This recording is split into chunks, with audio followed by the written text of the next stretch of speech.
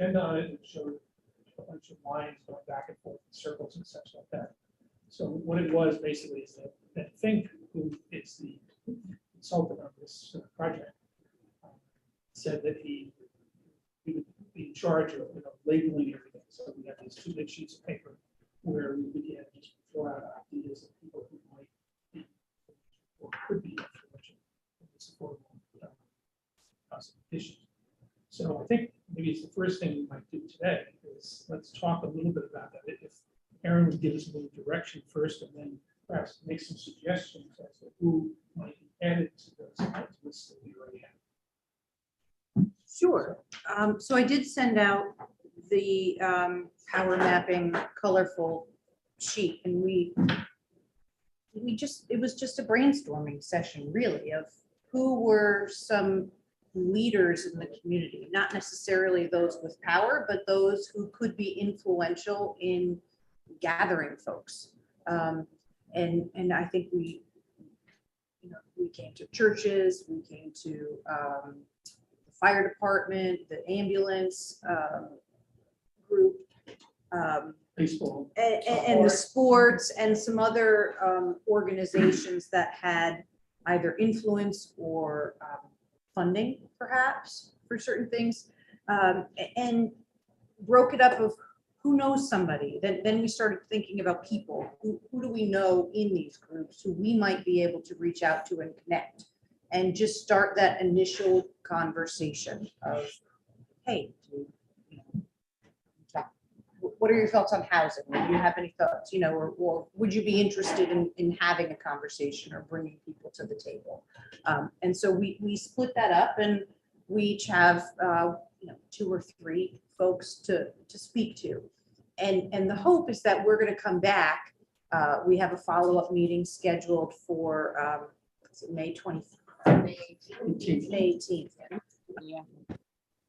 Touch base and say, yeah, I was able to connect with this person. They had more questions, or they thought this would be a great idea. Then we move into the next step of, can we actually schedule something and perhaps have a conversation? And the goal is to slowly start to get our layers of our onion, right? So that's kind of Ben's analogy, where this conversation started really with just Ben and I, and then we brought in Heather and Molly. And then at our last meeting, we had Mark and we had Jen, and we had Stephanie, who was a representative of Stephanie Camp from Scrog. And I know, Bennett, you wanted to join us as well. So you were, to be part of that group. And if others, and it doesn't have to be somebody in a committee. So we're starting to try to bring this group, get this group to grow. And that's really where we are. I think it was pretty easy. I mean, we just had easy conversations throwing out groups. It got a little harder when we needed to identify names or people, and to connect with. And now, I think it'll be a little easier to find these connections to all the groups, And if you can't read the writing, I mean, we can go through the groups here at the meeting, or if you want to just look through the pages that I sent you. I think the useful to go through them there. Yeah, I can pull it up and screen share it. It is, we were there, so I understand why all the lines, but perhaps if we went through it a little bit more detail, would help people understand. Let me pull up my file here. The idea is really just to plant the first seeds with people who could be influential in the future. The idea is to talk to somebody now and see if they're willing or able to talk on our behalf to give us permission to talk to them. So, for example, I'm talking to the chairman of the president of the Madison Foundation. They have money, so it's not so much for them to do it, but they can actually help if we needed some funds to do work in this process. Cider at public gathering and things like that. So we are not that, we don't know what's going to happen next, but probably something like talk to him, talk to the board meeting, go to the board meeting, talk about it, then get some feedback, report back, try to figure out what next. So, Erin, Yep, so this is our first page. And Jen, can you hear us all okay, or should we move the owl? I can hear you really clearly, Erin, and then everybody else is definitely more blunted. Slide it down a little bit. Well, we could just slide the owl down a little bit for you. slide it out. Okay, Slide the owl down. are we too far? Good. No, that's probably better. And then it'll get a little. Question, or you want me to wait until? No, go I'm ahead. sorry, sure, go ahead. I was just wondering, is there a strategy about where we should put some of our initial energy? Obviously, those are all there for a This reason. is what it is. You know, I understand, but within that, many organizations. Yep. Is there a sense that we might want to identify a few that already have with some reason to believe that they're already sympathetic and Well, would be sort of yeah. welcoming through? Do you think there may be some people out there, but I think the idea is to get some feedback from even those people. In other words, have a preliminary conversation to sort of like get it going, rather than saying, okay, here are the 3 people we think will be good at affordable housing. We talk to them. So, no, Yeah. sorry, maybe I misspoke. but those who have a vested interest also, like we talked about this a little bit in our group, where the first one, and only just from my discussions with the fire department and the folks here, where we think of, and the schools kind of came to mind as well, but that isn't really on this list because they're more of a town agency. But with the fire department, you want, there's a younger generation, I think, in the firehouse now. It's all volunteers, and looking at are they struggling to be able to bring in folks who can help serve for the department, and are they with young families? Are they not cost burdened? I guess, you know, are they not over exceeding themselves in either their mortgages or so there was a real person. I think I kind of thought about that group as being a little more personal, where they gather, they treat them, they're a family, really, you know, and to have a close-knit group like that who has a vested interest, they're all service-oriented, community-oriented. I thought that they would be a really good first start. The churches, I think, as well, some churches have a lot younger congregation than others, where they have a vibrant community and or are more service oriented. So those may be good. And in another place where you can really make a personal connection. I think some we identified too. Jen, did you want to add to that? I just wanted to add that what we were doing with this power mapping session, we were really trying to hit multiple demographics within the community, so that everybody throughout the community, top to bottom, right to left, could feel like they had a chance to participate in this conversation. But also, we weren't just trying to highlight people that would be easy wins. That wasn't really the aim of this. What we want to do is identify, or what we were trying to do is identify any group that has influence over their own local community and is willing to be a part of the conversation and to share their wants, their needs, their struggles, their questions, their concerns with what affordable housing means to their individual communities. Because what that's going to do is help this group with their community information sessions and knowing what kind of information needs to get brought forward. So I just want to, make that clear, that the point of putting all of these groups on the map or on the power mapping grid wasn't just to identify groups that were going to be the most agreeable. We wanted to make sure that we highlighted groups that gave a good cross section of the community as a whole. Address your question, Bennett? That's fine. I think, one thing I would add, Jen, is I like to talk about the fire department. They They're trying to find more people. Obviously, if you're going to be a fireman, you're not going to be an older person, you're probably going to be a younger person. That person also will probably have children. And the difficulty of bringing young people into the community who might be firemen, who would like to participate, is difficult because of the cost of housing here is so high is that people can't join. And so they're unlikely to be filling slots in the fire department. And the demographic changes over the next couple of years, if nothing else is done, is that the community will be even older. Median age will be even older, so there will be more difficulty in being able to deal with that. So if you would talk to the fire department, you would be talking to them about their needs. You need to get more people, working with you. Your kids, you want to make sure that the schools stay as good as they are. And that there's a lot of activity around with children. It's a good community for children. And all that kind of maybe turns the issue around from, oh my God, I don't want any of this, accessible housing because it's going to change everything. Well, yeah, but it may change in their favor, and that has to be a conversation. I mean, I think that the biggest issue I think going forward for us is going to be the fact that when people hear affordable housing, they have a gut reaction. That's not good. Absolutely. Yeah, And sure. so talking to people who might have that reaction and then getting them to understand how that fits into what they need.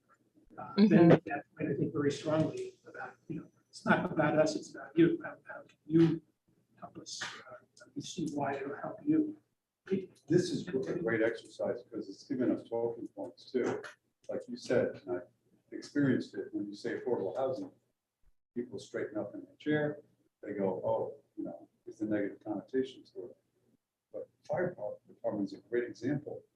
Yep. I'm sure there's many else up there, but that's a good talking point where we can educate people on what really affordable housing and the needs out there, and it does across organics. And it might turn out in the conversation, let's stay with the fire Yes. department for a while, but the guy says, yeah, I know, I have a tough time too, I'm making my mortgage, or, so yes, these are things that we want to. Right. Well, and these are all volunteers. So what's your full-time job? Yeah. Do you have to travel to your full-time job or, are you, That's right, what are some, good point. Well, and I think also, as Ben said in the meeting, what comes up in these conversations may not necessarily be an issue with housing, but you have an issue with the cost of food. Well, it kind of directly translates to housing also, because yes, you can't afford the cost of food because you're paying a mortgage that's too high, or, that sort of thing. So I think you can easily turn that conversation around a little bit and say, well, if your mortgage was lower, if it was more affordable based off of what your income is, then you would have more disposable income to be able to afford the food. So, right. and I think the conversation can also be carried forward for the seniors. You use the firehouse as an example, but the seniors are, looking to downsize and stay within the town. There's not a lot of options for that. So that's another good example. That could of an open area. up housing availability for Exactly. others, right? Yeah. And the other focus of this is we're meeting people, the goal is to meet people where they're comfortable on their turf, not to have conversations where you're invited to a public hearing, where you have a specific window in time. This is, one or two folks coming in and saying, hey, can we come to, your Thursday night meeting? Or can we come to your homeowners, picnic or something, just to kind of have general conversations with people there where they're most comfortable and willing to open up and have a conversation. And that takes sometimes that level of defense, and from a land use perspective, you often see that in response to, where there's an urgency or something. These are conversations that are meant to be foundations of getting folks all understanding what the needs are in the community or what the misperceptions are in the community, and trying to get a general knowledge so that when we do need people to turn out or to cut, these are the folks who will be responding to the public hearings, or those who will bring out the troops when you say, look, you guys helped us build this idea for incentive or something, where, and those are the folks who feel that they've they have a vested interest in this because they were in it from the very beginning, offering their opinions and feel included. So they'll own that, bringing that forward. That's the goal.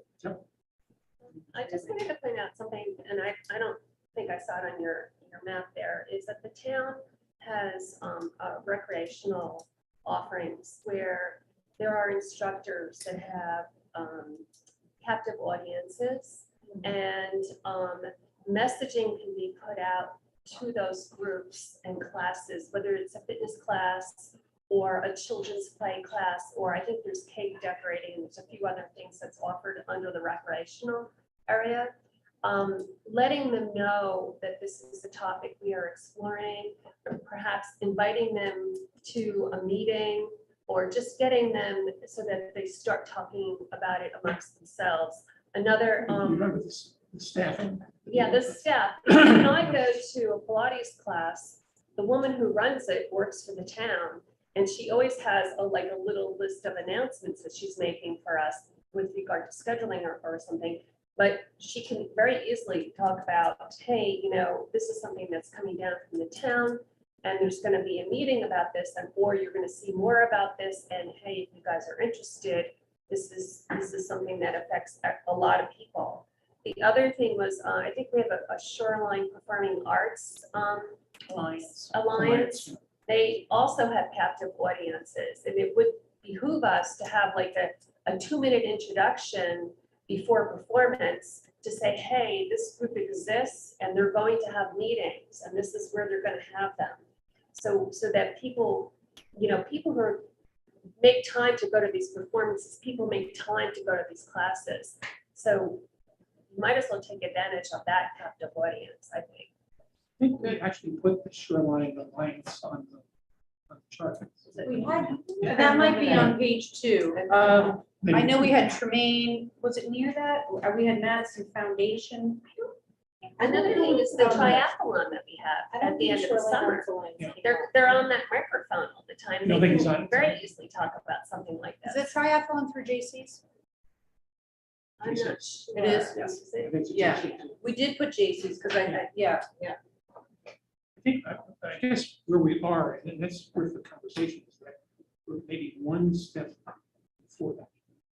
That, like, for example, the Shoreline Arts Alliance, maybe spending time with the executive director there, and getting him on our side, so that it's not just, can we make an announcement, but can you show us who within all the organizations that fall into the Shoreline Alliance and Arts, who should we talk to that can actually help us? And maybe they're involved in the arts, but they're also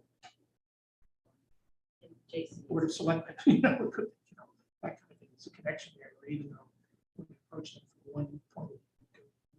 But also posting, Aaron, in that in the middle of town, they have that column where they have bulletins, because people quite honestly don't go to the website all the time. I mean, they might go if they're looking. Well, for the something, library but- has a dedicated town space as well. But going So- to that, and then going to the restaurants and having it put it in their employee section of where the employees come in saying, hey, there's a town meeting or whatever. Because I will tell you, when I interviewed with Bruce Wilson, he said, what is your thought about this and why do you want to do this? And I said, okay, I'll tell you why. Because I moved here in 2019 and I was sitting outside of Brother Mike's with my husband, my son, and my dog. And I was talking to the waitress and we were saying how we were just going to move here. We were really excited about it. She's like, oh yeah, Madison's a great place. She said, oh, but I'll never be able to live here. And I looked at her and I came from a very diverse background in New York City where, you know what, people could live there because you figure out a way to make it happen. Well, there wasn't a way for her to make it happen. And I talked to her about it and I thought, wow, that's really kind of sad, So those are the people that you want to kind of reach. Let me did say just that. see if anybody wants to comment on what Jane just suggested. Oh. We've got notes on it. We mentioned that about the business Yeah. end of that, right? So who has a vested interest in, who would be and the fire department came up, but businesses, because they're employees, we want staff, you know, and these, just like you said. And that was one of the, we kind of leaned towards the chamber and I don't, yeah, I'm not sure how we should go about that really. If the chamber is the best way to kind of speak to these business owners and try to get that. The chamber Conversation. has, you know, networking events that you can go Right. to. There's Right, that's also what we talk some- about, the twist and, Yeah, there's also some Madison networking groups on the business side that get together. yes, the The B&I. BNI, and there's a shoreline one that meets as well. And those would be good opportunities. You can get you know, if you go to those, you get like a 90-second sort of stand up and just talk about an issue, or they can give you, usually have a 15-minute or so thing. You can go, you know, do your spiel. They might invite Yeah. you to it. So, And some of these are regional too. oh, so there's Which ones? So there's a few networking groups in town. They're basically collections of businesses, owners. You have to apply to sort of get in. They have members and sort of one of each type of Pay a business. fee, right? Pay an annual fee, and they meet usually weekly. And the goal is to share leads. But they, you know, I think it's an opportunity to go in and say, you know, we'd like to talk about affordable housing and its impact on your business, and get some feedback and ask for 10 minutes or 15 minutes from this community, you know, to get your feedback on this issue. And there's usually a session also where you can just, you know, you're just networking as well. That's not formal. You just talk to people. So, Yeah. Name a couple. yeah, well, one is BNI, BNIs. and then BNI, What does that stand Business Networking International, I for? think. Media line. And yeah, B as in boy, N as in Nancy, I as in international. I can figure that out. Okay. And then the other one is, I want to say Shoreline Networking or something. Sorry. That also meets in town. That's The informal. B&I is at the senior That's at the center, senior right? center, Yeah. So I think some of the, you know, town-wide meetings are a little ahead of what we're doing right now. I think, you know, sort of what Ben had said was meet the folks where they're at first. So go to these individual meetings, help facilitate a conversation with those folks so that they're in a safe space, they're with their peers. And then once you facilitate that conversation, then you sort of bring a couple of groups together and facilitate another conversation so that you can have, you know, potentially opposing views, hear each other out and hear that they have similar concerns. And then you sort of just keep building that way and incorporating people in. So jumping to a townwide meeting would be maybe a little premature before we start meeting individuals with the groups, I think. Is that a fair? Well, we can No, I divide think up that's the good. list. I mean, we can start the list and dividing it up. Well, that's. what Yeah, we're and here that's for. where- Gotta do That's Right. the starting point anyway. And I'm ready to do it. Good. Okay, just make sure we get that in the minutes that you volunteered. Yeah, no, I think that the, I'm gonna write them all down. I'm kidding. I've got them too. Ben. I think there is the question, I mean, what Ben is suggesting, he has a lot of experience in this, at least, he says he does, check his resume, but he has a lot of experience. He's the son of the fellow that talked to us the other night. Right.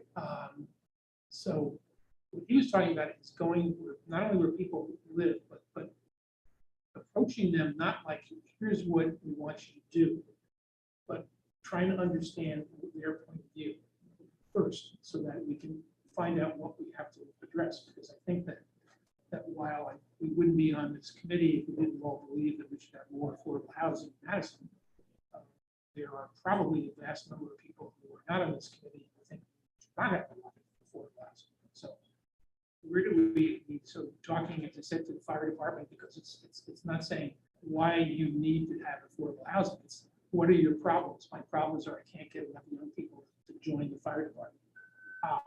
Why do you think that is? It's because it's too expensive to live in Madison. Oh, okay. Would it be better if we were able to find ways in which the people who like to live here, the other people who like to live here, can in fact afford to do it? Yes, well, that'd be a good idea. Okay, well then, can you help us reach the rest of the people involved with the fire department talk about this a little further so we can get their feelings. And so build out like concentric circles rather than telling people what to do. Because I think Ben's point was that telling people what to do will not change their mind. They might hear you and they might be polite, but they're not going to change their mind. But I think it's in their interest to change their mind. Right. And it's their interest, not your interest. And you So- may find that there are folks who have differences of opinions, eventually find a commonality between them. One And so, right, so it's not to, it's really just to get information, to hear where people are coming from and not necessarily trying to teach at this point.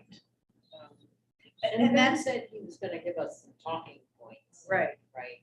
But that He did. doesn't mean that the group can't, this working group is not, our housing working group with SCROG is not, the committee. So this doesn't mean that you can't still start thinking, when we want to educate folks as a committee, what do we want to tell them? What information do we need to know to be able to debunk myths? Or, what facts do we need to know? So it doesn't mean we can't, as a committee, focus on those things Oh, yeah. in You don't- planning you don't have to ahead wait, and you don't have to wait. setting up our website and making, getting facts out there and all of that. Those are all great ideas that we should not do. This is just another avenue to try to, get some feedback from folks in a different way that we haven't done before, really. And to start empowering residents, really. The example of the fire department suggests to me that there's sort of two sides to that coin, right? So on the one hand, we already know that there are large numbers of residents of our community who can't afford to live here. For whom living here is a real struggle, right? They're here now and they're being served by all of these various organizations in one way or another. Some of them obviously worry about the ability to continue to draw members or supporters or volunteers, as you do with the fire department. That also applies, I think, to many, but not all of the youth serving groups. Some of the youth serving groups are serving the people who are here who are in need. There are others, though, that can't exist if there aren't enough youth to fill them. Right. So if you want to have a vibrant school system, and I haven't looked at the data since I left the Board of Finance, but we were on a, like many communities, most communities, on a downward slope demographically. School population getting smaller and smaller. We also know that we're aging faster than the rest of the state, and we may be losing young people. So that's a jeopardy for the school and the people who care about the strength of the school system. But it seems to me all of those sports groups, if they don't have kids, they don't have teams, or they don't at least have the competitive teams they're used to having, right? And so I think that teasing out sort of which of these groups have sort of common needs. I'm not saying that's a first step, but it seems to me that it may not be obvious at first blush, but I think there's a lot that unites them in the sense that without folks being able to come into the town, the things they care about and enjoy are not going to be as vibrant as they are today. I think we can probably show that through the school board does it incredibly. They pay someone to do very complex analysis of supply chain for the schools. That doesn't include people in private schools, so you may have to balance that. And I think they do balance it with other data. So they get stuff from realtors to feed in, they use the census data. If we could get our hands on that, that would be a useful resource just to keep non-districts sort of thinking about additional. But the whole renovation of the schools that we're spending so much money on Well, is predicated on the fact that we're declining population. you can't We've do already that. added classroom to this new school. You can't because do that. The numbers can't have changed. Do that Gone up. without faith in the future. And, you know, I think that's a good point. I think it's an excellent point. you know, I mean, I think when we get out there and talking to people, you will find that they're interrelated to a great extent. I mean, the guy that's the coach for the football, the youth football, is probably involved maybe maybe owns a company, store in town, or. is But I involved in some suspect other that many of activities. those groups, like the Boy Scouts or the football supporters or whatever, Right. maybe just haven't made that connection.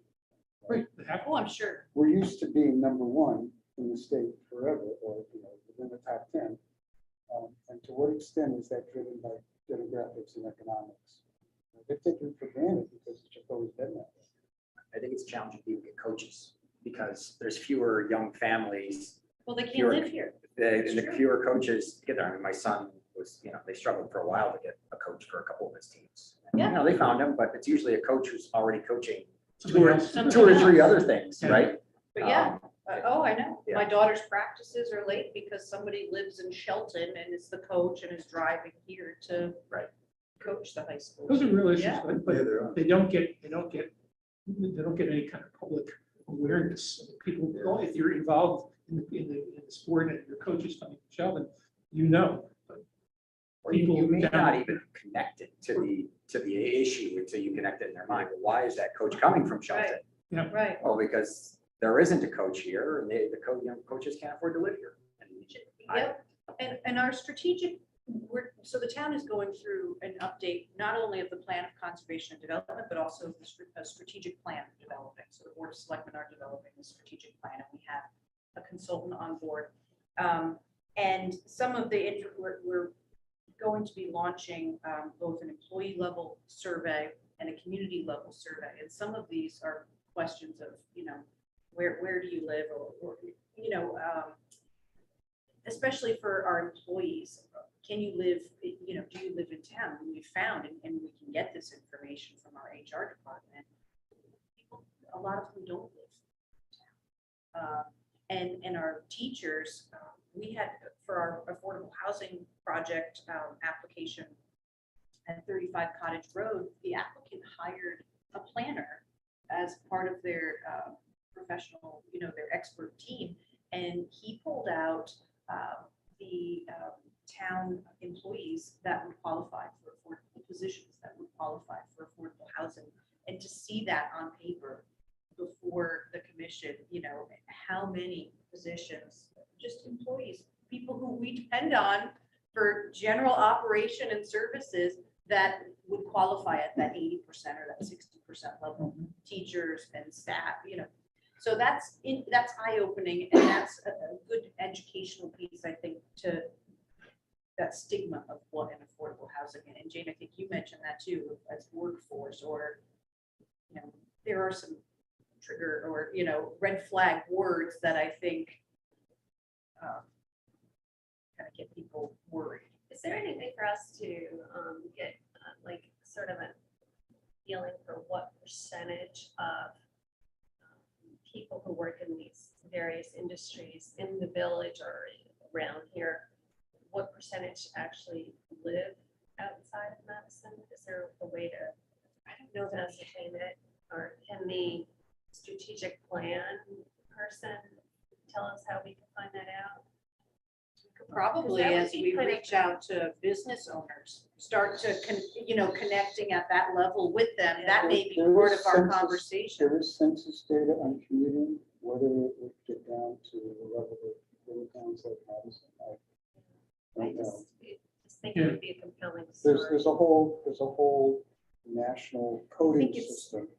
Or we could just do Community. town employees and say, hey, did you know out of all the town employees, 40% or 30% live here? I don't know. Information we can get because the employees we have to request. Yeah. So Yeah. the town employees, it's the larger community. that, But it could be information that we look to gather through the chamber, Yeah. and talk to our economic development coordinator. I'll ask her and see if she's had any of these conversations at all with the businesses. That ties into transportation, the ability to get employees. I know mostly that our community is a bedroom community where most people are leaving. Professional, or of those ever working in Haven or whatnot, but as far as general services and service employees, we're likely coming in. Yeah, big problem. Yeah, and the Estuary Transit District, they've renamed River Valley Transit, they had done some analysis just on their bus service where folks were going. And they found a lot were going to Marion. From this area, so going up and out that way. So we could probably pull, you know, or coming in, we probably could pull some resources together, but it's not Some, exact. but it just gives as us an a picture. example. Yeah, Yeah, for sure. I think that makes, I mean, that if we could even take the town employees and know that 40% live outside of Madison, that would be a pretty Yeah. That would be interesting, at just least to, we could cite something. without anything else. So, Yeah, I think the two pieces together, what percentage of town employees are at 60% of the regional poverty level, and what percent live out of town? Those two together, I think would be quite powerful. well, you have the information from that planner, right? We have that. Well, well, we would have the salaries, yeah. of- No, well, And whatever- then whatever we they- would, and then we compare to the 80%, Yeah. so that's our number and all those above, or, yeah. I thought you said that was done by the It developer. was, and I probably pull it up. Yes, but I want to make sure it's all, of them, you know, and our new number. So that was last year. Okay. I mean, our rate has gone up a little bit, but it's gonna be. So is it possible to get this like on a spreadsheet or something? It's a little difficult for people This- who weren't in the room, yeah. This, How are we gonna make this sort of? well, so foundation? what this was, and you'll see there's blue names next to some of them. What we did was we threw all our thoughts on the paper, on two pieces of paper on the table and said, who do you know? You know these two, call them. And or meet them for coffee and talk. And so that's where we left it. So all of these folks, there's a contact between one of us at the meeting. And we're going to, now the goal is that we reach out independently to these folks just to start a conversation. Hey, would you be ever, you know, would you think this is You're something saying that would everybody fly? on the two sheets has been accounted for? No, Yeah, no, no. no, Um, no. No, not, because remember, we didn't get a lot of sports. Everybody people. took 2 or 3, you know, like 7 A lot people of in the room. sports So people, we knew 23. names, but we didn't have, so as Erin said, the blue names are who we're responsible for. So up in the upper left, it says Erin, underneath Santa Barbara yeah, for here. the fire. So these are, I'm doing fire. Yeah. Ron Clark on the golf course. The idea That is was the name, yeah, Yeah. somebody else, we didn't assign, some of these we have to expand a little bit at our next session, like, what are the homeowners associations? You know, there's a lot of them down in beach communities, I have a list of some of them from our previous plan of conservation development, but we didn't unfold that. Right. We have the names of the presidents of the associations, the sports associations. But maybe the president isn't the person you want to be talking to. Maybe it's the person who's always doing boosters, who knows everybody. I'm just So, wondering, I mean, we can, are you I can looking put it for in a people? list. So if there isn't a blue name next to one of those boxes, are you looking for people? that light, the volunteer. light blue. is Sure. The name of Do the you- person who's supposed to contact that. person. Yeah, so the Yeah, you can orange, think of the orange somebody. is the point of contact at the organization. Right. And the blue is the point of contact within the power mapping group, so whether it's me or Molly or Mark. I'm so sorry, what is the red? So the red Oh, is is the point of contact, the point of contact at the organization. right. And then the blue is the point of contact who is in charge of contacting the person in orange from the power Do you- mapping set. Do you recognize somebody or a group that you think there's a good contact? Yeah, I'm sorry. No, I'd say, yeah, no, you have Justin Murphy, your Yes, father Dan, yes. I mean, that's, I sat down with Justin in the Did you? coffee shop where now we're discussing this stuff. Oh, perfect. Yeah. I- So, yeah, and I I'm a see member him of St. through- Margaret's and Oh, the excellent. Knights too, Oh, good. So- So you're a great, and I'm happy to join you for any of that. yeah. I'm Justin's, a as you catechist know. as well. Okay, all right, yeah. So, yeah. But this is. Well, oh, let me I'm just sorry, say, yeah. and one of the questions that, I mean, this is consultant language. I mean, the idea is that you can't really put it in a spreadsheet. You could list it in a spreadsheet, but it's meaningless because it doesn't show the connections. And that's what these little arrows going back and forth and little lines going back and forth. So it almost has to be graphically presented rather than in a spreadsheet. So that's just so you It's know. fine, I wasn't in the room, it's fine. Do you, in looking at these and the groups, do any names pop out? Like if names pop out or somebody that you want to jump in, that would be wonderful. Well, I didn't know what we were to do with this, but I'd be happy to look at it. Well- There are some organizations that I'd be happy to approach that aren't already taken. Well, and even if there's a name, I mean, we have several that, you know, there were only so many of us at the meeting, so. You know, I mean, Right, it's and just- just like Anthony, yeah. Justin sent me articles on it, sure. Yeah, so So do you want us to email you if we see something that we think we can?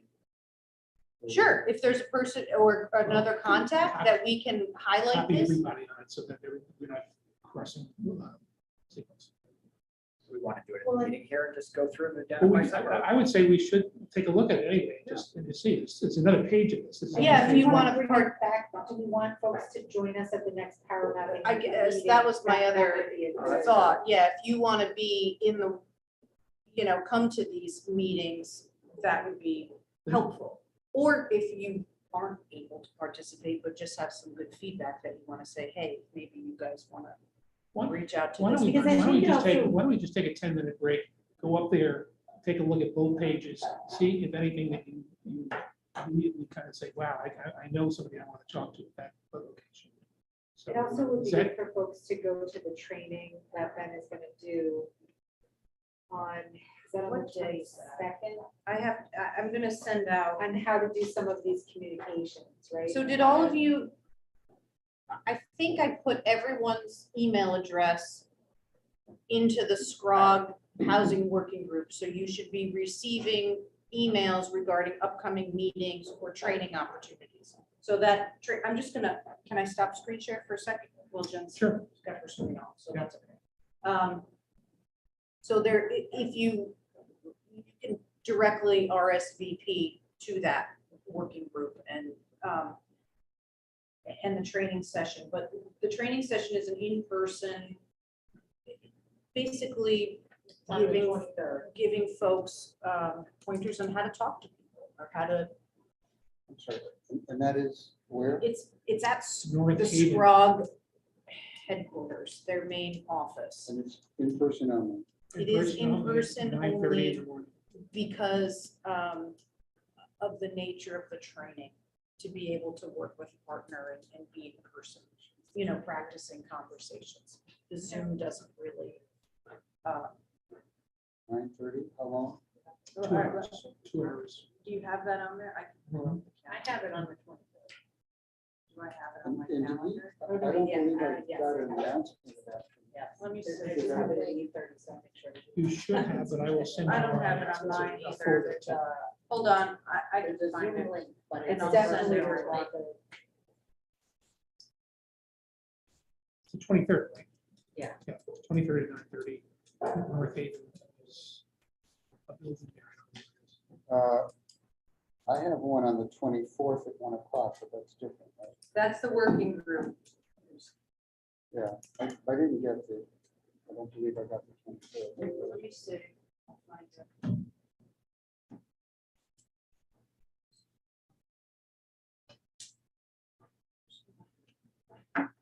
That I think came from Stephanie.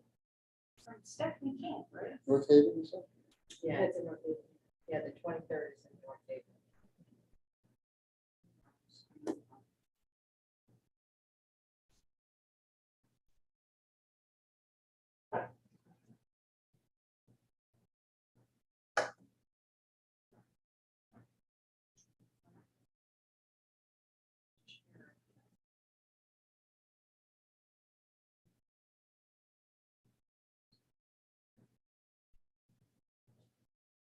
I just sent it.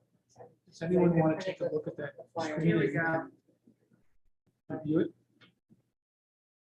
Facilitating, Yeah, here it is. You do? I Okay. do. I mean, I've got it at home, but I, Okay. Well, as I say, if there's something on there that pops in, you know, you say that you might be able to already put your name right on it. Sure, but a lot of them are already been little blue names. Yeah, I would say maybe less than 40% of them, Oh. yeah, And even then, I would say if you have a different connection into the might organization, be better. you know, we may have, it may still be valid, right? All right, I just No, sent Who it gets that everybody? Sorry, Who should we communicate that information to? if you've got someone that you think is more important, well, either me or to Aaron, but I think it'd be a good I would- idea to copy everybody so that I Copy you don't everybody. cross, you don't cross. So the only thing I want to make sure is that the working group for associated with SCROG is separate from the committee. So rather than, I mean, it's great for us to have conversations and everyone is invited to participate, but it's not formal committee business. Right. So, yeah, I would just, you know, keep it as power mapping session feedback or something like that. So want to go back to the screen with the, Thank you. the options on it? So this is sheet one. There is a second sheet as Okay, well. why don't we go up there and take a look at that, and see if anybody thinks that's. Or you can do I looked sheet at it on two my if you want to. I think you need to add the library to it. Oh, library's a good one. I didn't see the library. Is that on I sheet, think that that might might be be on on the sheet second two. I looked for I it on the Have second them page. side by side. I know we brought them up, the Yeah, board. I know that was possible. I don't think we have. I'll add it on here. On this list. I think the shoreline arts alliance is a really good idea. Yeah, that needs to be added on. I didn't see it on there either. I'm looking at it on my phone. The library or a different one? That's the Shoreline library and the Arts Alliance. Performing Arts Alliance. You guys might have talked I about have it. that on here. It's in on your this notes, but it list wasn't now. on that. thing, Good. so. I think. And then the beach and rec with the instructors. Yeah. The beach and rec with instructors.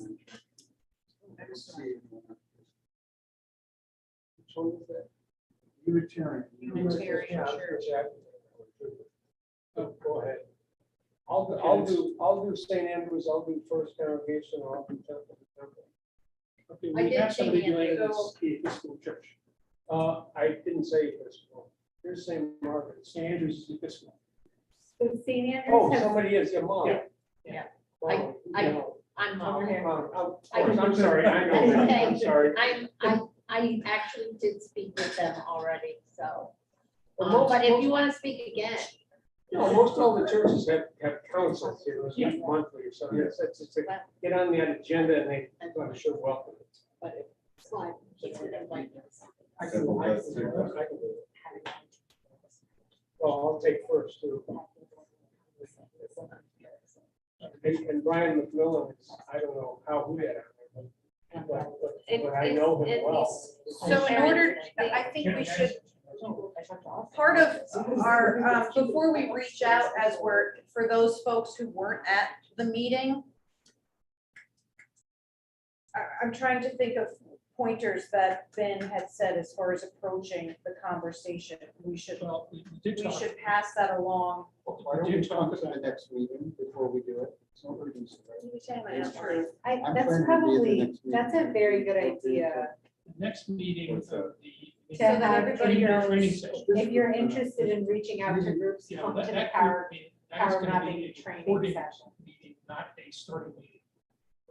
But the training session, Training the session. training session is oh no, our reporting meeting. The So follow-up you are power welcome mapping, to. the one on the Possible to, 18th would be if good the, for if people want to reach out to groups, they should come to the one on the 18th. so you can see the bottom. I Now, agree. Right. the- Right. Uh, Aaron, Yeah. This is the contact. Ben had also mentioned at that last power mapping meeting that we could do the reach outs to the groups between now and the 18th, just to start the conversation.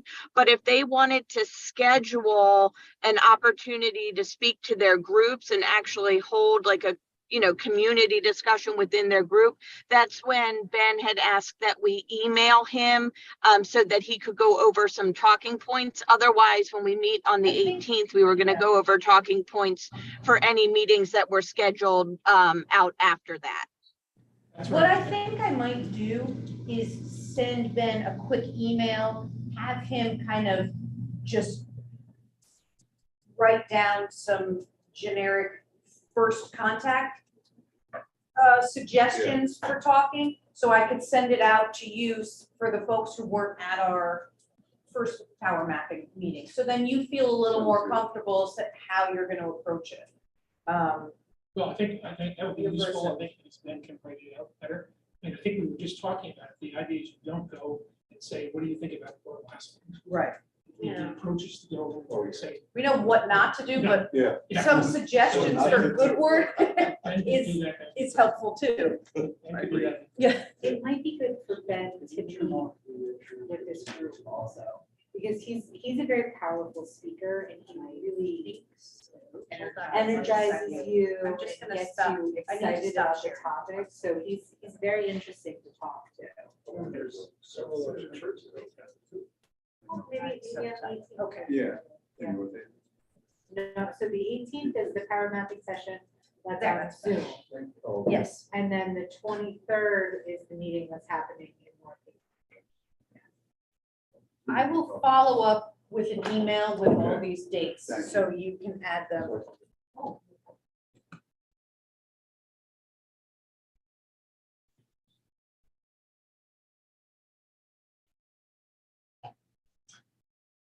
So Heather, you got the road. I got the road. Do you want the Rotary? No. Yeah, I'm gonna see them tomorrow, so I was gonna try to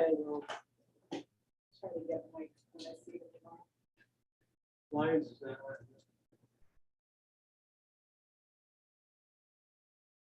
So Anthony, you're gonna talk about Dan? Could be the- Sure, Okay. yeah, I'm gonna take to you, Devin, too. I mean, Okay.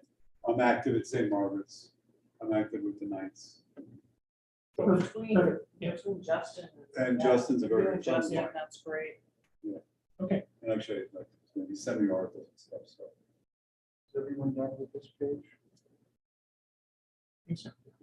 I just need, once you finalize who you're taking, let me know and I'll let them know.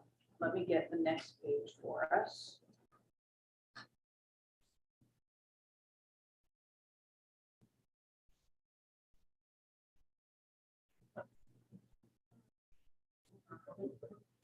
I'm just gonna screen share it real quick so that Jen can see this. There is another nonprofit foundation, I think, that I can remember it, but I know it supports the food pantry. Could you share it for the food pantry? I think that's the Madison Foundation, isn't it? Madison Community Services. Say again? Madison Community Services. Thank you. I won't put that on the list. I'll make sure. So it's the initial conversation just an awareness to start Oh, she retired. an It's really- introduction and raise an awareness amongst these people. It's really to see if they would be interested in having somebody come and talk. To Or take initiate another these step, or conversations. take another Yeah, step. to not see if this necessarily- is something that, yeah, they're comfortable with, really. So it's very preliminary.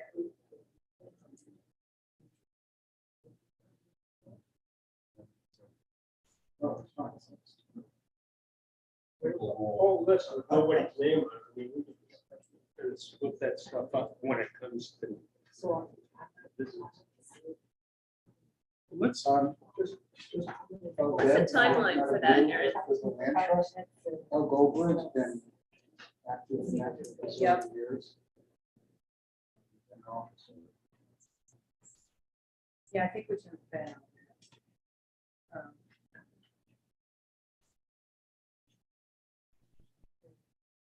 Al's- Yeah, I worked with Al for the land swap. I don't know if Ben's name was thrown out more to separate from decision Just makers. offering it, I- Yeah. I don't know why, but you're absolutely right. He's always, Right, so the only two I'm taking are the Unitarian And the Madison. and Madison Community Community Services. Service. And if you know names, I'll put the names. When I have them, I'll tell you. Yeah, perfect. Somebody from the police. No one, we don't have it, so. Yeah, we haven't really, but that's another, yeah, and we didn't, oh, you didn't. Yeah, do you have contact with police? Yes. I'm retired. I know most of those guys. You I know the We chief. know everyone. Right, yeah. well, I know, and I mean, Okay, so you'll be on that list. Yeah. Now, Madison has a clergy association too, that meets monthly. Yeah. Approach them. Yeah, I that's think- the missing piece. There is a formal all clergy. So when I I spoke met with with, them. when I spoke with Ron at St. Andrews, he said that he might invite me over to that interfaith. Can we get at least is get on that the the same, list? that's not please? the same group who's doing Concord Meadows? No, the no, no, no. No, But this can we- is- That's a critical group in and of itself. It should be on. So you the don't list. think I'd love a going to the partner individual institutions when I get and my then going to invitation. the group would be better? Oh, I'm happy to join you Yeah, too. I think that's a great connection. I don't think it's, it's a both, and it's a both. And. You don't have to do each of the individual congregations before you can go there. See, okay, I mean, that's Interfaith. fine. All I'm saying is that it seems to me that you have 4 people or 5 people in a group. I'd like to know more about those individuals before I go to talk to the group. I would like feedback sorry, from the individuals. Yes.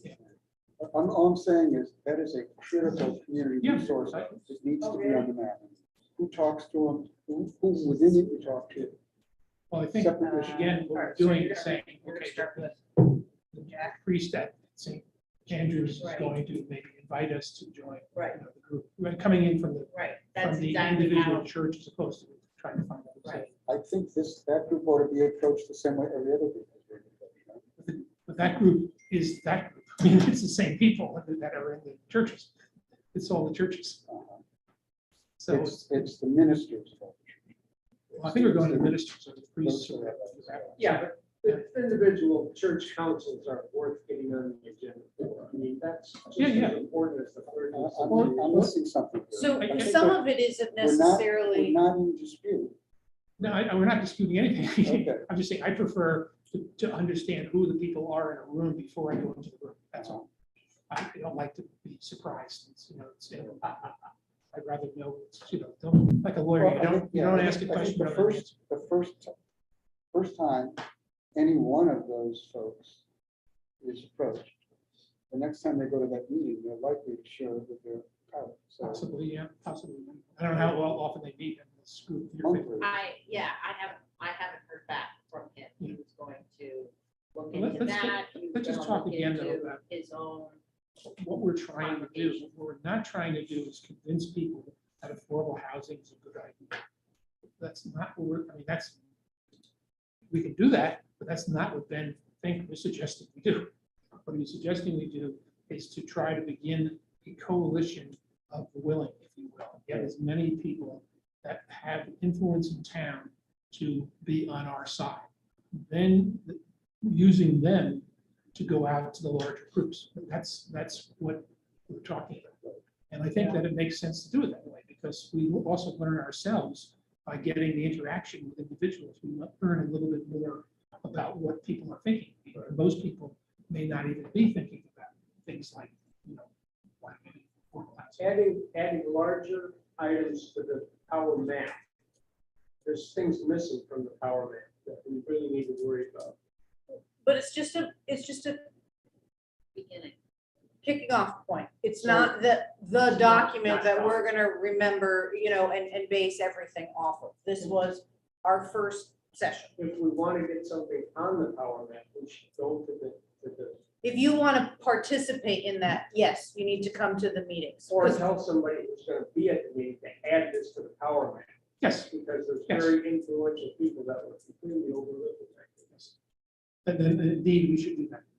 And then there will be another, I assume we don't have it scheduled, but there will be another power mapping session where we, again, it has to be done in person. We can't do that via Zoom, but if we do it in person, we can add to that list, as well as reporting back on the stuff that we've actually accomplished, getting whatever feedback that we got from those meetings. whatever it may be. Yeah, and this moves, and Jane, I think you had asked timeline for this. Every community moves at different pace. So it really, I think that's gonna depend on the feedback that we get from folks. So I think this is, everybody has the list, you know, or the maps. And if you think of something or someone that's on that you feel you can contact, let us know and who the person is. And I will in turn let Ben know so that he's current. I will also, before we reach out to anybody, for those who weren't at the mapping session, I'm gonna have Ben give us some talking pointers so that we're all approaching this in the same fashion. So those are my homework items. Aaron, who did the Madison map? Was it only Madison that made a power map, or all the communities did? It depend, only certain communities from Scrog are participating in this, I guess, taking advantage of having been on board. So And some have worked in different you speeds. were there, obviously. Was anybody, Mark, were you there? You're talking about this map. Our map, Our this map. was only us. This Yeah, no, was we- only Madison. Only Madison. It was not regional. Oh. Ben I got the came opinion directly that was to from us. the Scrog, that was from Scrog, that was from. No, us. Ben worked with Scrog, and we hired him to work on this mapping, power mapping thing. So it's our meeting, and presumably will stay our meeting. But obviously, at some point, and one of the things we were talking I about, we'll understand. get It's into just that. historically that. Yeah, but we should be talking to Clinton, we should be talking to Guilford and getting, finding out where they are. Guilford seems to be way ahead of us, according to stuff that we see. That was a great video. Yeah, it was good, yeah. Clinton probably is not. So it would be, the fact is that the state says each town has to do what it has to do. It actually is not a very logical way of doing it. Basically, it should have, market areas. So the shoreline should probably be one. That's not the way it is. That's not that way. It's each town. Clinton's doing a lot of stuff. We don't know. Yeah. Yeah, so. I think Everybody knows. I think all of us are starting, and I appreciate you sending the videos for Guilford. I worked for a year and a half on those Yeah. regulations, Yeah. drafting You were them. here there doing it. Another thing that I don't recall seeing on the map is the PTOs. I don't know what, are they called PTOs? in We Madison? talked about them, and we deliberately left them off the list at this point. Because Facility administration. We left them off because the attendance is so low. Yeah. Yeah. Really? Wow. PTO attendance is low. Yeah, from the public coming in. It is. aside from Those who are actively participating in the PTO Yes, versus yes. who they're, Makes sense. yeah. Is there any, I understand this, the power mapping exercise is intended to be widespread. I guess this has been historically had strength in certain groups or certain approaches with certain groups that we can learn from in other towns where, hey, to the approaching clergy organizations, this is how we utilize those organizations most effectively versus town employees this way. And I'm just wondering if there's some different approaches based on the groups that he has some historical advice on. Yeah, he talked about working in the Kentucky coal Yeah. mines, but his point was the same point that he made then, is that the way he was able to make progress in the Kentucky coal mines was by saying, what's your problem? It's kind of the same Starting approach with for everybody, starting individually. with And then everybody. you find the commonalities. Right. Yeah, then once you have the. People who are on polar opposites then latch on to what's one commonality that we have and slowly build from there. would it be worth though at some point bringing in towns like Guilford that are a bit ahead of us? Specifically what techniques? I think what groups? we can learn from that, sure, absolutely. For outreach, Yeah, that's part of it. I mean, right now they're going through a very specific outreach at the end of what, 2 years of work on their regs. More than 2 years, yeah. It'd be nice to know, though. Aaron, were you involved in a lot of the work that they have built up to? at this The point? zoning regulations? Yes. Yes. That's where, It may have changed since I left. It was 2 years ago, Yeah, but I did well, work for there- a year and a there's- half. There's a on lot of those. stuff in there that they might be considered pretty controversial, and they put it out. Inclusionary housing. Yeah, is- and they put it out for feedback, you know? Yeah. But they're also, I think, very actively trying to, in a very focused, specific part of affordable housing, they're trying to engage different groups in the community. That video was an obvious part of that outreach. I think, yes, for a comprehensive rewrite of the zoning code that has taken several years to bring that to the final vote and to highlight those key items that have changed in the document, aside from reorganization and cleaning up statutes and things, some of the new introduction, the tools, the PDD, you know, some of these other things. That was important, I think, to highlight, so that folks looking at this completely rewritten document said, oh, these are the ones I should pay attention to. I didn't And mean that to get is us the- off on that. All I was trying to say is there must have been an awful lot of work prior to that to even get those provisions in the book. And I'm wondering if we might learn. how they- I don't doubt we could. Building I'm that- happy to Yeah. share some of that Yeah. experience. It was a lot of one-on-one staff and consulting. And the town of Madison the is not first. ready to do a revamp of zoning, you know, so, you know, it's, That's not, I apologize if I Yeah. think that's what I'm advocating. no, we. I really said, we to did get it. to the point they're at today, I suspect there was a lot of this kind of work, this power management, Yeah, engagement with the community work. that- And well, that's different. So in that sense, I disagree to some extent. In a plan of conservation and development, such as what our planning and zoning commission, that's a planning document or strategic plan. That's where you're looking at these specific groups for feedback for planning purposes. Zoning regulations are a document of the zoning, planning and zoning commission. I get that. So that was much more focused on staff, legal reviews, commission reviews. There were public feedback sessions where it was basically the consultant in the very beginning met we invited stakeholders, those who used the regulations. We went through commissions and then opened it to the public, and he had his own meetings without anybody there and said, so there's nobody here listening. Tell me, when were you ever burned by the regs? What doesn't work for you? What works great? He did a lot of that and brought it back to help staff formulate the regulations. The policy ones, you know, like the inclusionary housing or some other combining commercial zones, that's why this more public, opportunity came to see where this I works guess, and where again, it doesn't. I'm not being clear, I apologize. I'm assuming that through whatever mechanism, not through the publication 2 weeks ago of the draft regs, or the process that led up to the writing, that a lot of work had to have been done within the community on the broad issue, whether it was done by civic groups, or it was done by through the plan of conservation development, I don't know.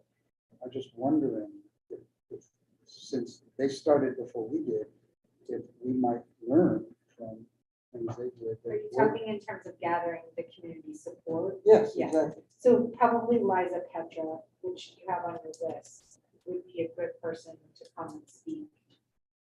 Because wasn't she very Well, involved? their committee, yes, Yeah, their their housing committee. Yes, I think to push for the housing policy regulations, there was outreach, not necessarily as much for the rest of the regulation. There is a housing committee. There is a housing committee, but Yeah, it's not but like ours. the video I Right, sent and out Sandy was- Ruoff is. The video I sent out was done by someone who's on the housing. Yes, I can certainly get him. He's very, very active, and he's running a, Oh, let's get into that in a minute. We won't talk about who, okay, so I think that's right. So, I mean, how best to get the information. fair enough.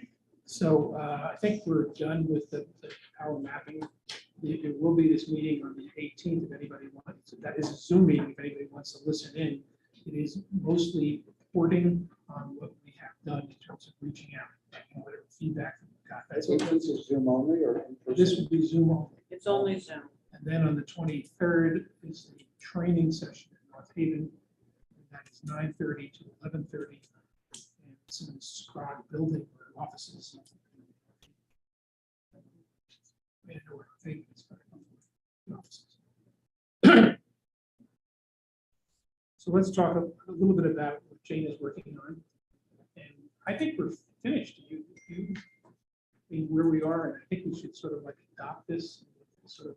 It's not an official document, it's an unofficial document, but it's something for us to be able to have in our pocket when we are talking to anybody else, whether it's our target group or somebody else. So are you calling that up, Karen? No, you're not. So- No, I was just kidding. So you have a copy of that? I don't think we did that. It's just our, The final version of it? yeah. I don't think. I don't think we got a copy of it. Probably because we were still debating amongst ourselves. Under the whole-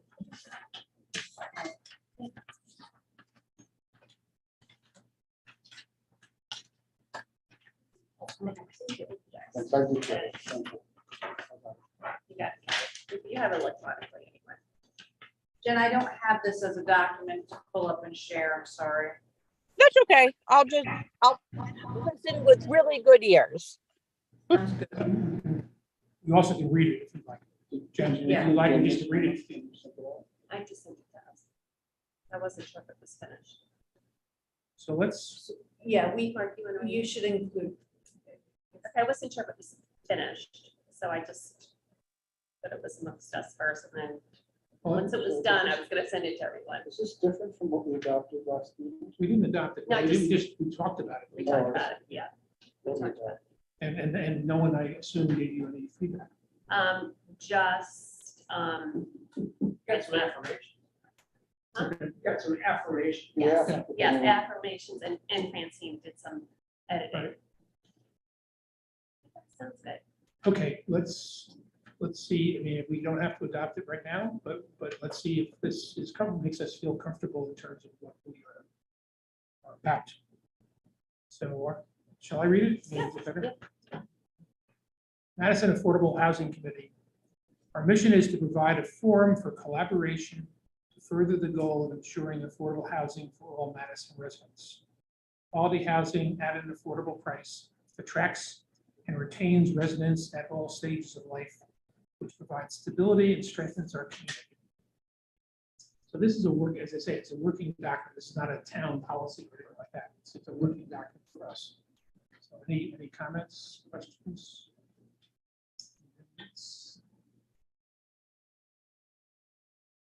Dissensions? No? Anthony, okay? Good. Good. All right. So we have an official vote. Let's vote to adopt this as our working document. It may get changed in the future as we learn more has happened. So those in favor, aye. Aye. Anyone opposed? Okay, thank you.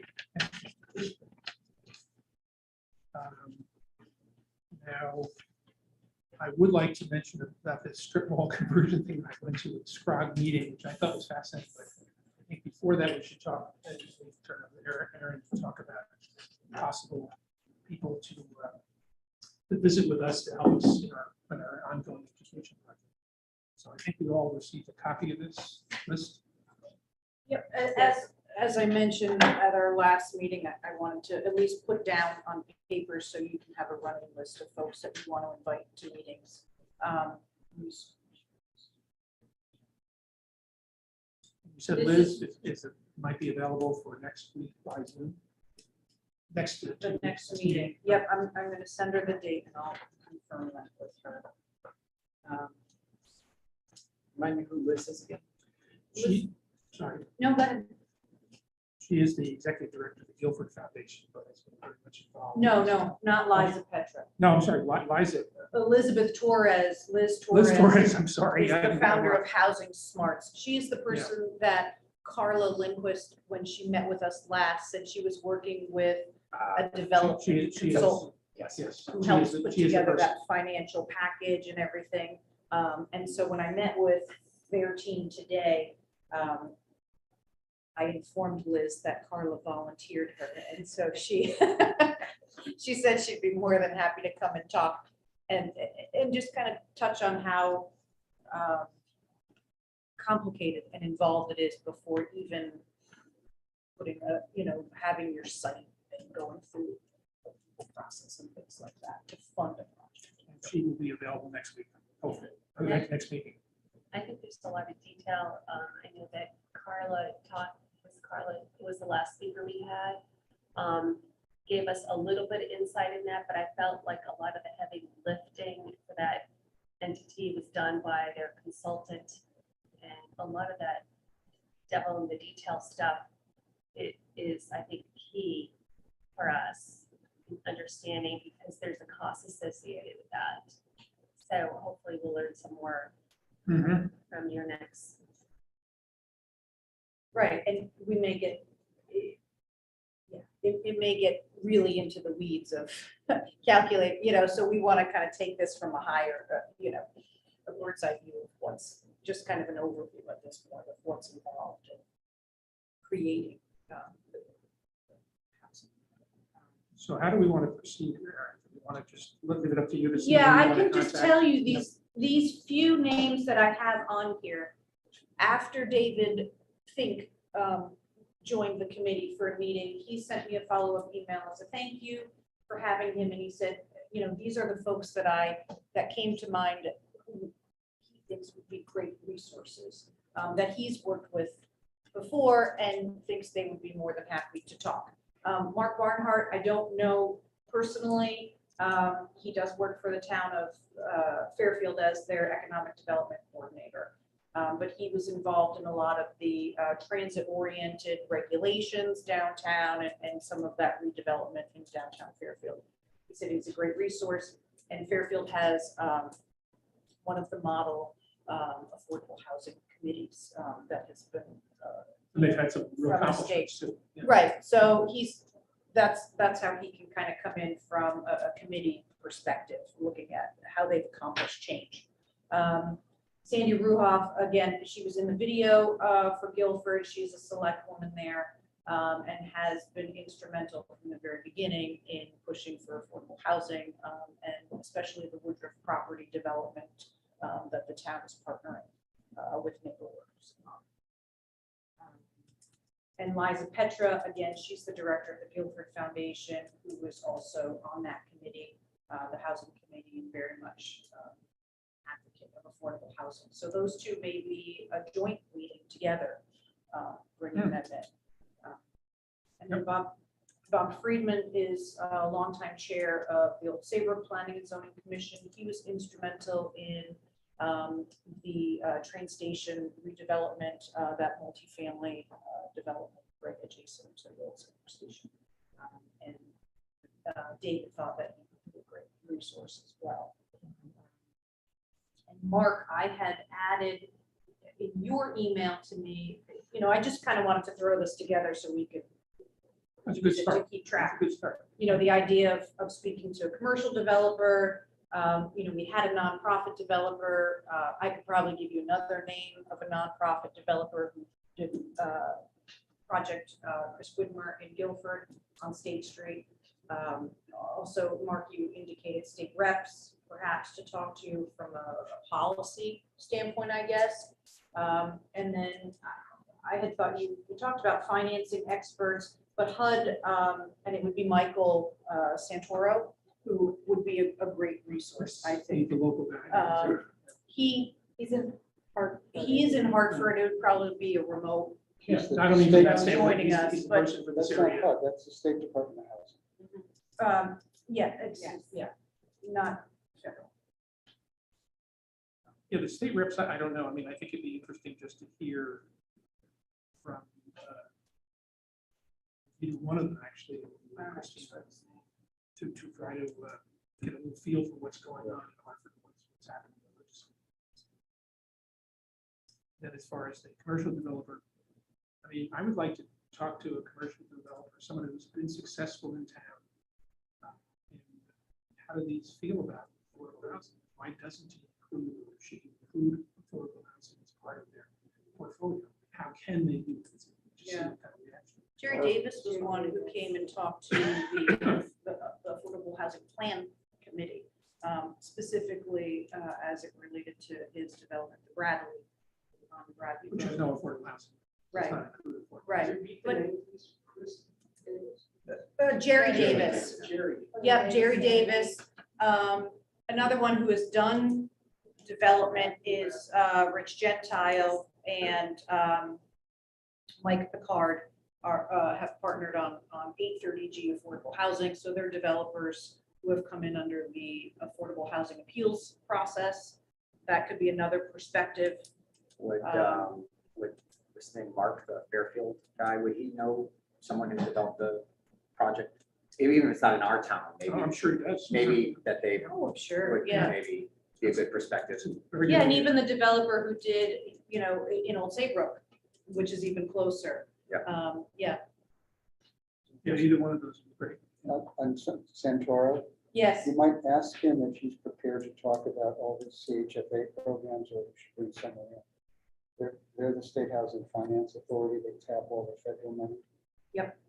And they also have state bonding money that they have a lot more of it than mine does. So you may feel comfortable talking, but they're not urgent. It seems that there's a difference between a regular development and one that includes affordable housing. And how is that, I guess, going back to what I mentioned before, how are the mechanics handled? And maybe there's a certain percentage of developers that don't handle the mechanics that are involved in affordable housing and maintaining affordable housing. We need to kind of have an idea of that. I think Liz Torres may be good. No, I'm good not. story. Not following. I So don't think I got that. it seems like, okay, so you had mentioned the Bradley, the Davis. Yeah. The gentleman from the Davis Realty. So it seems like there's a certain process for development. If you're just developing for the community and it doesn't have any strings attached to affordable housing. Those developments that do have affordable housing, there seems to be mechanisms in place to develop it and to make it qualified and to maintain it. So are there certain developers that just say, hey, that's not my bailiwick, I'm not gonna do that? What percentage of those, do we kind of get a bifurcated market then of, developers who will do it and developers who will not do it? I'm unclear about that. I think there's a lot of behind the scenes operational stuff that I'm not educated on. I don't know if you guys Okay. are, but I would at least like to have a straw man that explains to me, hey, you know what? If you do affordable housing, here are some of the things you have to watch out for, with regard to the initial investment, all the way through to the maintenance Yeah. of that. It could be experienced developers of affordable housing who have figured out this is Jerry's very first development project. So that, his perspective is going to be very different than somebody like Michael Card, who's doing all sorts of affordable housing developments in Old Saybrook, or these other larger companies who are all over the state and they've got it down to a science. Yes. That would be very interesting to hear their perspectives. And then another perspective to hear is somebody who just wanted to create affordable housing done well. So Chris Widmer is a very interesting, and I really enjoyed working with him on this project in Guilford because it was just his idea. And it was really hard. There were a lot of struggles, but he just wanted to create this green affordable housing development and to understand the struggles coming from that perspective. So you have a Jerry Davis who looked at cost numbers and said, there's no way I can do this, versus somebody who was going in with the intention of creating solely affordable housing. It just might be, and not to say that Jerry isn't interested in affordable housing. I think he does have an interest in affordable housing. I think It's a different it business just model. didn't work in this particular. I'd like to hear from all of it. to your Yeah. point. I think juxtaposing their points of view and their challenges and understanding how they go about it.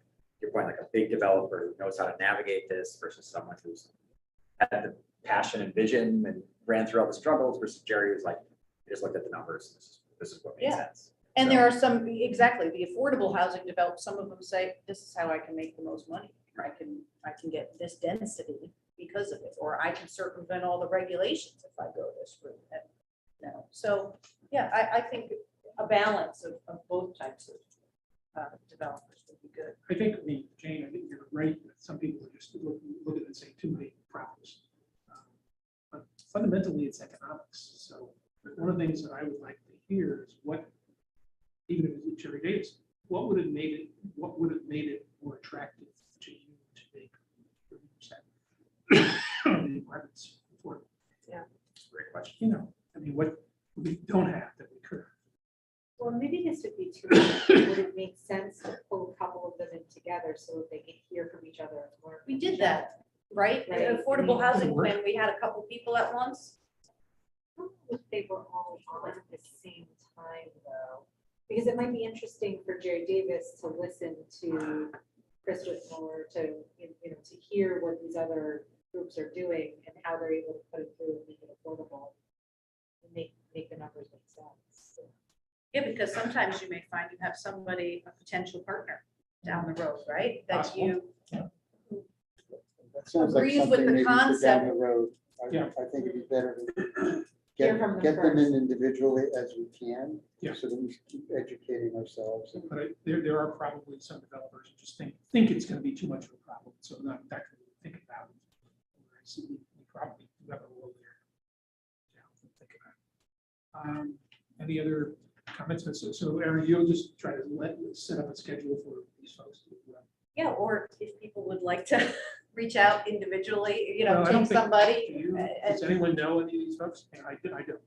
No, yeah, I mean, I think we could start, there's really no particular order. I put the ones from David first because I thought that would give us some good background. But I'm happy to be the initial contact and reach out to some of these. I Well, I do, think in whatever order they are available, I would say. and we'll see. Yeah. And if you think of anybody else or another idea, let's add to it. This can Yep. just be working through. You Well, we know, should ask each of them when they come in. Are there people they recommend we talk to? Good idea. And That's we can add to the list. very good. That's how we got Liz Torres, And you right? can look, well, also would be a good resource is looking at the SCROG working group. Who may, I mean, I know we have access to all the videos and the documents that the working group has, you know, had as part of our meetings over the last couple of years, but maybe there are folks in there specifically who, those were really powerful conversations with that group, and we'd like to recreate that here for the committee. There's a gentleman who lives in town who really wanted to be on this committee. Who applied and interviewed and was turned down. Who has done several affordable housing developments. And was extremely interested in being a part of our group. Was turned down by the people who made the choices. Boy, he sure knows all the ins and outs and has developers that he's worked with that were even interested in Madison at the time. What about our working group? Would you be interested in that level? Sprout, that'd be a working group. Just our, yeah, our Yeah. general housing working group, you know, our power mapping, our connecting with the community that way. Well, I'm suggesting more for this committee. You know him, right? Yeah. Yeah, I sure do. And I was fairly disappointed that he wasn't part of the group too. I don't know what the reasons were. There obviously were some reasons. And I don't want to get into that necessarily because it could involve personalities, but But, It could just been too many but here's the people thing about it, applying. he works with developers on affordable housing, that's his mission in life. Well, if you would, I think there's no reason not to reach out to him and say, we would like to have you join one of our meetings, He's probably gonna say, no, those guys didn't take me. Well, maybe they will. But I can, I'm sorry, of course I'll ask. Yes. And he may, Do he you may want to say, tell I'll us? show those guys. Tell us that who it did is. Vance Taylor is his name. Vance Taylor? And it's a Madison resident. Yes. Okay. I've never. Bennett, at one point you had mentioned Could be, it could be. the strategy of when we want to connect with the local reps, because we want to hear from them before the session ends, right? Yeah, That's I gonna think be it's gonna be soon. very hard to get them in here. I think if we can, we should slot them in. Well, It's who are we total talking about? chaos at the Capitol right now. Maybe a recap, an end of session. Well, or get to them before the final decisions are made about, there are two major housing bills that, Yeah, I don't think a public hearing's been scheduled though yet. have you? no, they were past the public hearing. Public hearings ended a month ago. These are now sitting in respective houses, and it's a question of how do the votes in the caucus to bring them to the floor. We're straight. And so they may die like most of the housing bills have died. But I think if you can get, I would put an invite out, and if they're available, I would take them when they can come. They're gonna- Yeah, I don't know whether It they're up in depends Hartford. entirely on what the legislative schedule is, whether they can. I think we just invite them. I think we But we could also offer them Zoom. That would make it easier, because they may be up there day and night pretty soon. we- And Session timing-wise- ends in a month. Yeah, okay, that's. And there's no what I was budget. gonna ask. Within the next month, we would try to get them involved. Yeah, for sure. Sure. Yeah, it would be helpful for them to understand the extent to which their support for affordable housing in Madison may not be evident. Should I reach out? Who should?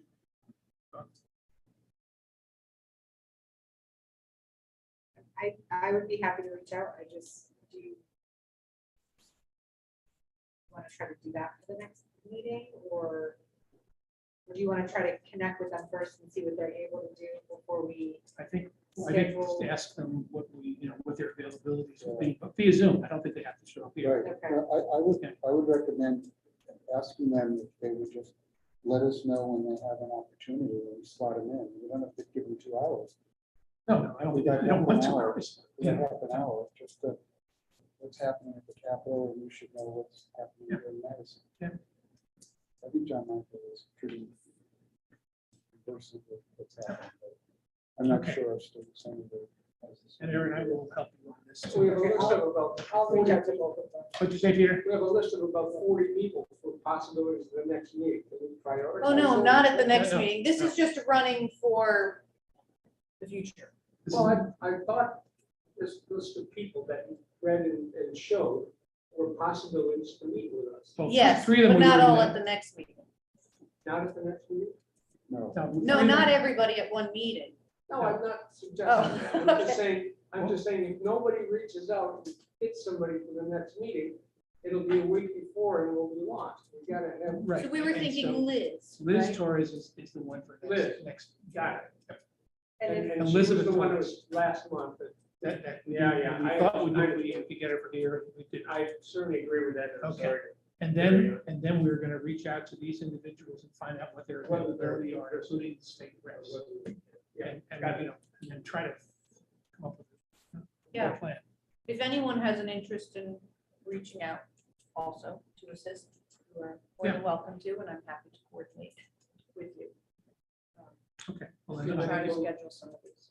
One, I mean, we can feed back to you on these people, whether they're interested in meeting with us and possibly when. Give it to you, give it to give it to me and Aaron and both, and we'll try to work out a schedule so that we. perfect. Okay, okay. Well, we should identify who you're reaching out to, so that we don't duplicate our efforts. Vance. you're I'll talking- reach out to Vance. Yeah. Yeah, oh, yeah, he's not on the list. But before you reach out to anybody, just check with us so we know where we are on the schedule. That's all. You guys know if you found somebody you think we should go for. And I will, Aaron, you don't have to do all this. I mean, I will we'll pick some people and I'll make the calls. and see what Okay. happens. Excellent. Um, And I will give you a brief, it's already 20:06, so I'll give you a brief thing that, number one, it's a pitch for joining the Scribe Housing Committee, which we were all invited to. And I went to this one on, I get a Zoom meeting. And they were talking about something, you had a guy from Boston who was talking about converting strip malls to affordable housing. And it never occurred to me. I just think it's really kind of interesting, kind of like opens our minds to say that there are maybe other things than what we just think of when we think about building affordable housing or expanding affordable housing. And the numbers he came up with, which I don't remember all exactly, but it was something like 14 square miles of the metropolitan Boston area are covered with strip malls.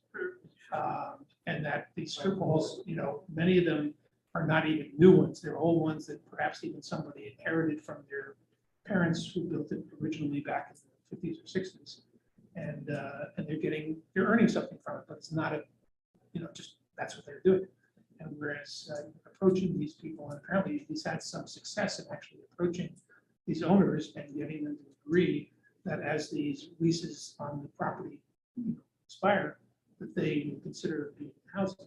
And what he pointed out is that the value of the property is much greater as housing than it is as being a little tired strip mall, where, whatever. So I mean, I think that it's worthwhile. I don't think there's another one scheduled. No, the housing working committee is not scheduled. Yes, it is. There is. Yes, that's also, it's the same week. That was As the one other on straw. Wednesday. They're all scheduled in advance. It's an It's the annual 24th, calendar. the day after the training. Yes. You have it. 1:30. Yeah. We got the schedule. Okay. I thought what was very impressive, first of all, Boston. the method in which they went about identifying out of all those properties, the ones that were the most likely. It was a constant filtering system. And so they started with Came up with a big number of big number of possibilities. potentials. Yeah. And the other thing that struck me was the very flexible, innovative approach to how you transform these sites. And it wasn't cookie cutter at all. Right. Some of them, was standalone housing. Others was housing on the second floor with shops on the first floor. All different kinds of configurations. Some were on the street, some were back. Yeah, Fascinating what you could do, and I think you could take strip mall and apply it to factories or any other kind of- Schools. Yeah, schools. Yeah. Just And was the this reuse. gentlemen, were the original owners staying involved? Were they buying them out? Buying them out and then. Well, in some cases they stayed.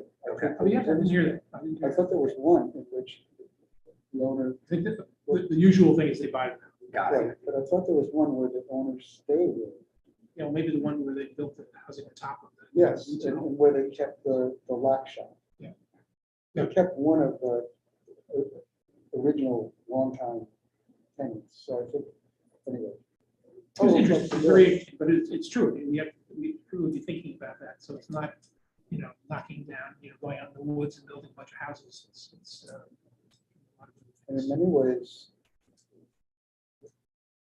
using existing structures helps you out a lot with your Right. structure. Didn't Carla bring that up with their Centerbrook project? Yes, Yeah. that That was they a did. office space that they redeveloped. Yeah. At least I think the second and third floors. Yeah, and they kept retail on the first, I think. That's right. Similar. Yeah. I think they're looking at that a lot. We don't have as many strip mall, how it relates specifically to Madison, but you will see that around the shoreline and other areas that have more predominant commercial zones. Yeah. But it is something to consider in our commercial zones currently. Like the east and west ends of town, we don't allow multifamily as a special permit use. It's only allowed in a mixed use setting. So you have to maintain that first floor for, commercial use and can only build a residential above. We have very limited commercial space in town. So we're going to have to start thinking, do we want to expand and allow, because of the value of the property, and you can't bring in those commercial uses as easily, is the property better off to allow only multifamily development instead of, and eliminating that commercial? Or do we fear that we're going to essentially be only residential zoned in you know, Well, as long as they don't knock residential down uses? Dunkin' Donuts, that's okay. But that's, Cottage Road, Pardon? that Cottage Road development, isn't that?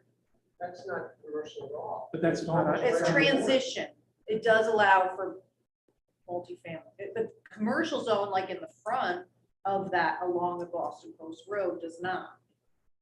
Yeah, right, I understand. right in front of it, it's right in front of it. I think Mark's point though about the idiocy of having it little town by little town, and not being able to do some sort of rational regional compact to address this. I mean, if you're 5 feet over the border in Clinton, you know, Madison is equally accessible to you for work.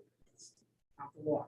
I Right. understand. but- Yeah, and who gets the credit? But there really Changing need, well, This, but you know, but in the there needs credit to game.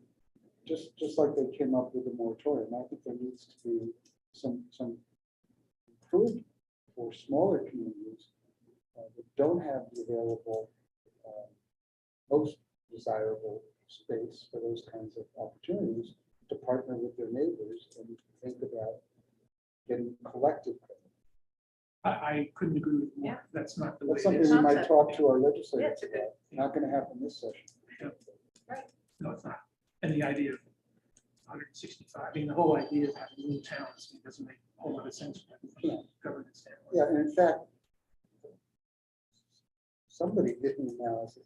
It's, you know, the little towns are never gonna hit 10%. And if they did, it wouldn't matter. It's not gonna solve the housing problem. So there's gotta be a more coordinated approach. I'm not saying we shouldn't be held accountable for a fair share, but there are a lot of different ways to reach it. I think that is that's very true. I believe it's very true. I just think that we shouldn't spend a lot of time No, trying to change state. I mean, the idea of having, I come from New York, so I mean, I think that, you know, county, so I live in Westchester County, that the government really kind of ran the whole thing, and all the cities and towns had to conform to that. But we haven't had county government in 100 years. I know, right? And I have no And, idea. and by the way, we no longer have counties.